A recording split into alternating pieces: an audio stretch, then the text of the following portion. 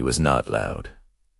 He was not harsh. Yet history still trembles when his name is spoken. Uthman ibn Affan was a man of deep silence and immense weight, a man whose generosity fed nations, whose modesty made angels shy, and whose patience was tested by fire. He lived softly, but his impact was thunderous. He was born into wealth, yet chose humility. He ruled an empire, yet lived like a servant. While others conquered with swords, Uthman conquered with mercy, faith, and endless giving. But history would not be kind to him. Betrayal crept quietly. Lies spread like smoke, and soon the home of the Caliph would become the center of one of the darkest storms the Muslim world had ever seen. This is not just a story of leadership. This is a story of patience under siege, a story of faith while surrounded by chaos, a story of a man who refused to spill Muslim blood even when his own was at risk. This is the story of Uthman ibn Affan. Have you ever heard of a leader so modest that even angels felt shy in his presence? Or a man so generous that he bought a well just to give water to the thirsty? This is the story of Uthman ibn Affan, a name that shines brightly in the history of Islam. Born into one of Mecca's most powerful families, Uthman was different from the very beginning. In a city filled with vice, he was a beacon of integrity. He never bowed to idols, never touched alcohol, and was known far and wide for his honesty and refined character. His modesty was legendary. When the message of Islam came through Prophet Muhammad, Uthman's heart recognized the truth instantly. He didn't hesitate. He became one of the very first to embrace the new faith. But this decision came at a great cost. His own family, who once respected him, turned against him. The comfort and status he had known his whole life were stripped away. Yet his faith never wavered. As persecution in Mecca grew unbearable, the early Muslims faced torture and humiliation. Uthman and his wife, Ruqayya, the daughter of the Prophet himself, made a difficult choice. They became the first couple to migrate for the sake of their faith, leaving behind everything they owned. This act of sacrifice was so significant that the Prophet later said Uthman would be rewarded as if he had migrated twice.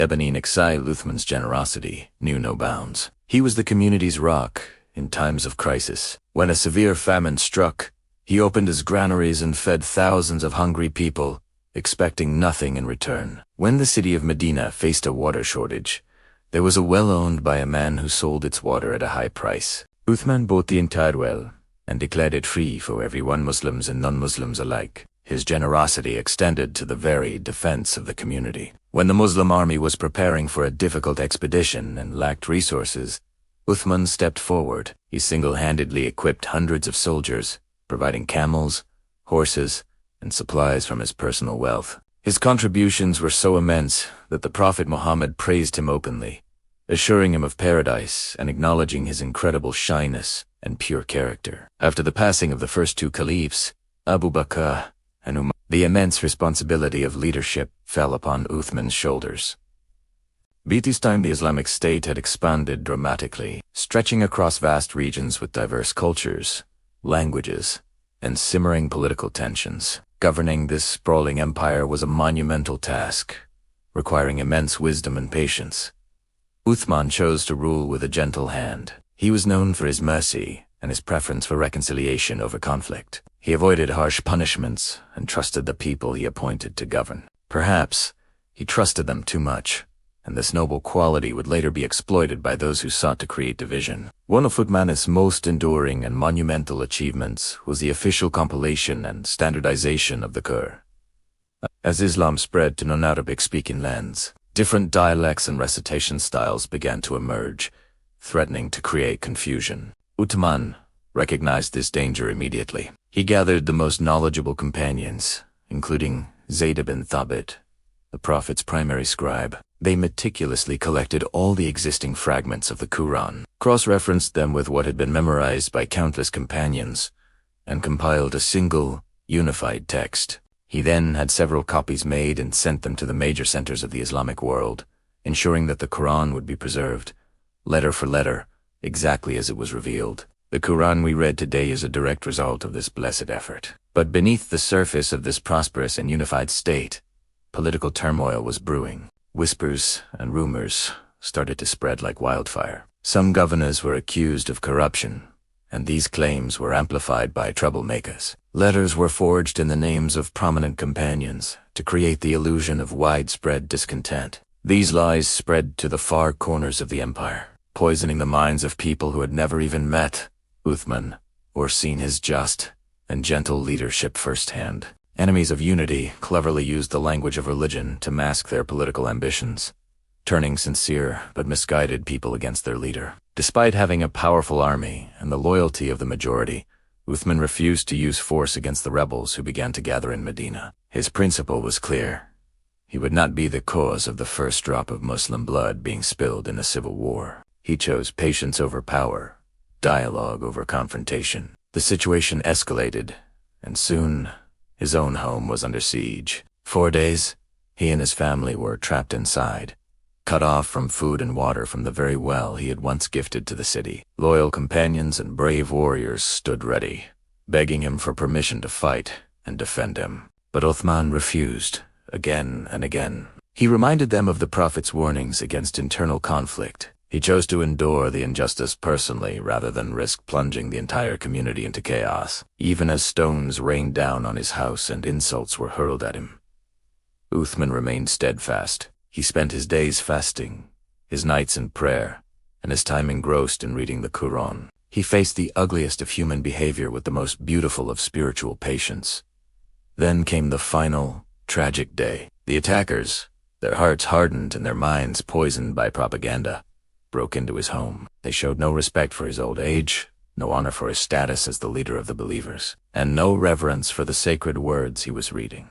While reciting the Quran, the very book he had worked so hard to preserve, Uthman ibn Affan was martyred. His blood spilled onto the holy pages, a silent testament to the horrific crime being committed. He died with a quiet dignity, but the impact of his death echoed like a thunderclap through the corridors of history. It marked the beginning of the first great trial, a painful chapter of division and strife that would test the Muslim community for generations to come. Yet, through the mists of time, the true legacy of Uthman ibn Affan remains untouched and brilliant. It is a legacy of generosity without limits, modesty without pretense, leadership without tyranny, and a faith that refused to compromise, even in the face of death. He ruled with a soft heart. He died with a patience. Have you ever wondered how one of the most pivotal moments in early Islamic history unfolded? The story of the third Caliph, Uthman ibn Affan, is a tale of leadership,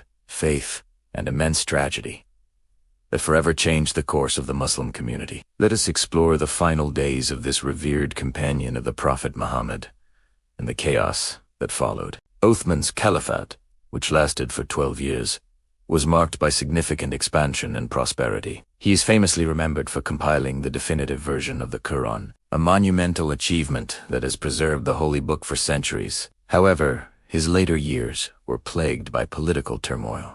Dissatisfaction grew in some provinces, fueled by accusations of nepotism and grievances, whether legitimate or manipulated by political rivals, began to escalate. Rebels from Egypt, Kufa, and Busra marched on Medina, the capital, demanding reforms. They weren't initially seeking to overthrow the caliph, but to have their governors replaced and their complaints heard. Uthman, known for his gentle and non-confrontational nature, engaged in dialogue with them. He listened to their demands and promised to address them. For a moment, it seemed like the crisis might be averted. The rebels began to head home, but a new development reignited the conflict. A letter, allegedly from Uthman, was intercepted. It ordered the governor of Egypt to punish the rebel leaders upon their return. This perceived betrayal enraged the rebels. They turned back to Medina, their intentions now far more hostile. They besieged Uthman's house for several weeks, cutting off his access to water.